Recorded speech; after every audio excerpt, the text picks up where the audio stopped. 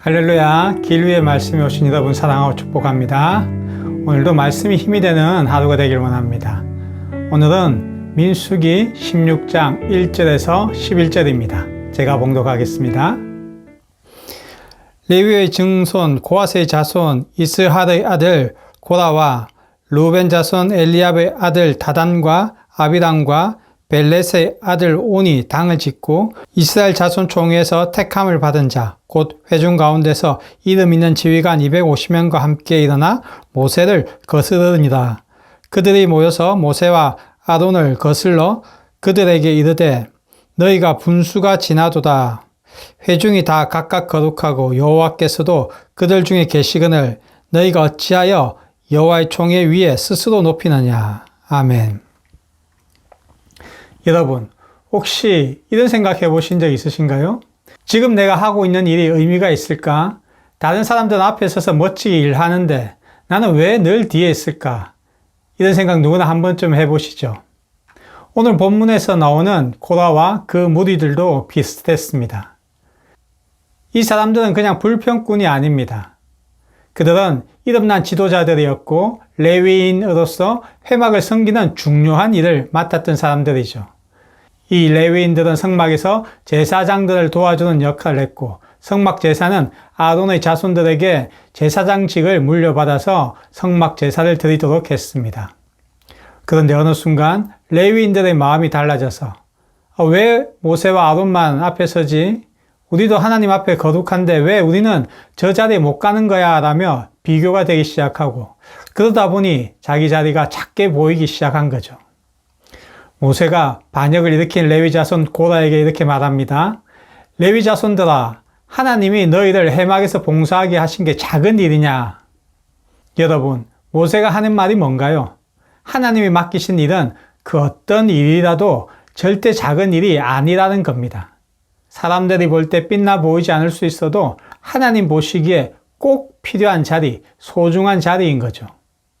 우리를 지으신 하나님은 우리 각자에게 가장 알맞은 일을 맡기시죠.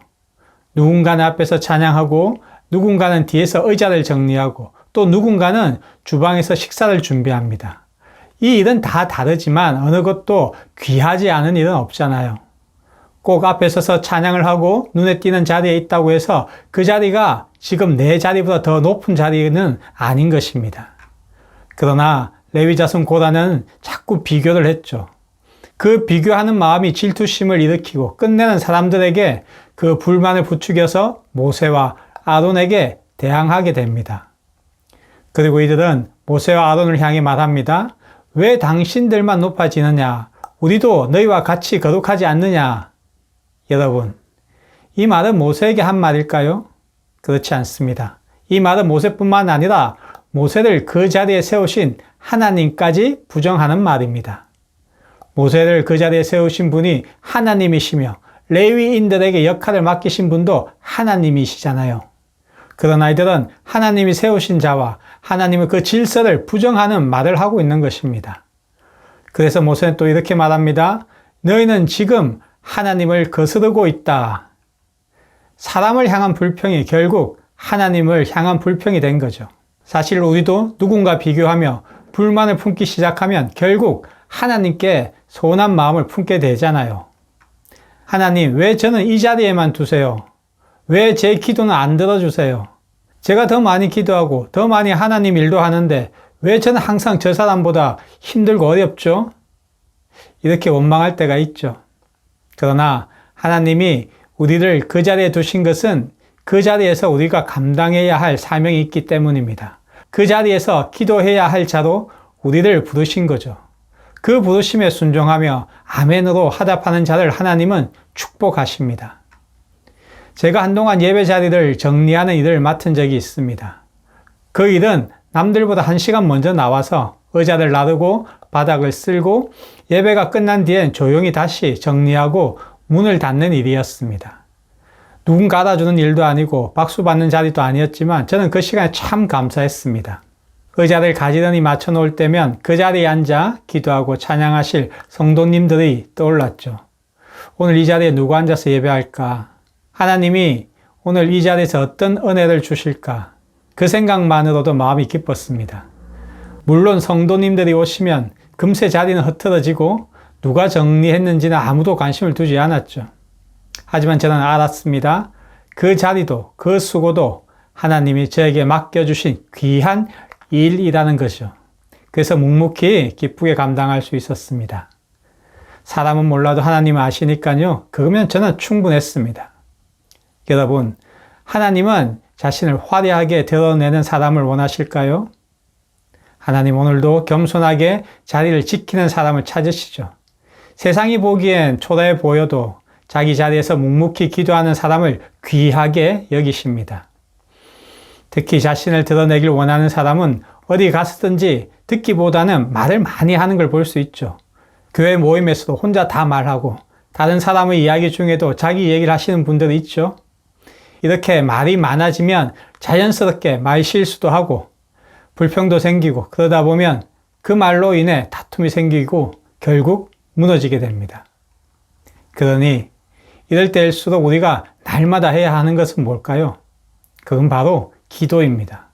기도 안 하면 우리도 고라처럼 마음이 올라가게 되고 내가 더 잘났고 저 사람은 왜 저러고 있냐 자꾸 비교하게 되고 그 비교는 끝내 그 사람을 정죄하는 자리까지 가게 됩니다.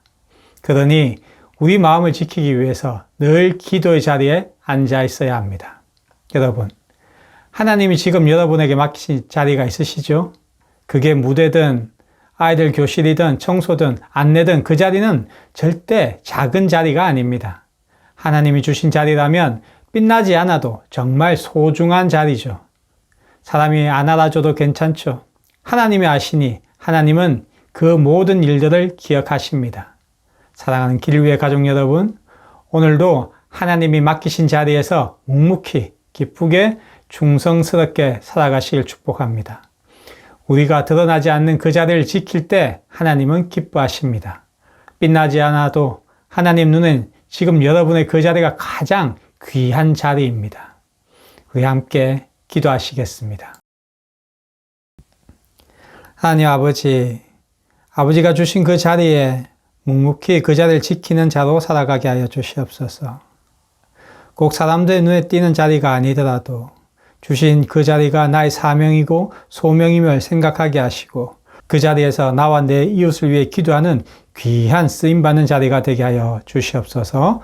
감사드리며 예수님 이름으로 기도드렸습니다. 아멘. 요즘 같은 시대에는 자신을 드러내는 것이 잘 사는 것 같은 시대잖아요. SNS를 통해 사진도 올리고 글도 쓰고, 그런데 그 사진이나 글들이 정말 자신을 정직하게 드러내는 것은 아닌 것 같아요. 어디 여행을 갔다 왔고 비싼 물건을 사고 멋진 곳에 가서 먹고 마시는 사진들로 넘쳐나잖아요.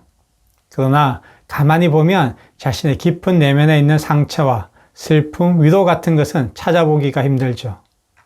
이럴 때일수록 우리 믿는 자들이 자리에 연연하지 말고 보이는 곳이나 보이지 않는 곳에서 묵묵히 자신의 자리를 지켰으면 좋을 것 같습니다.